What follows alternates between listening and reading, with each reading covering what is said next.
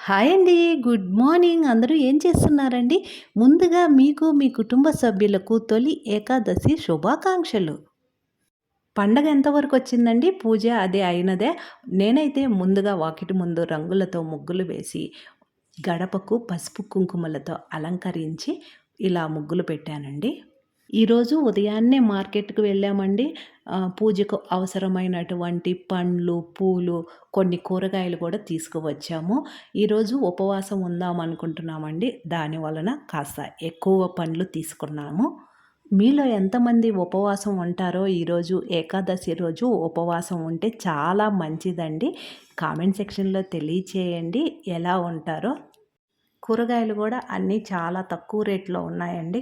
కాస్త కూరగాయలు తీసుకొని ఆకుకూరలు గూడా తీసుకువచ్చాము. ఈరోజు తప్పకుండా పేలాల పిండి తయారు చేసి స్వామివారికి సమర్పించాలి.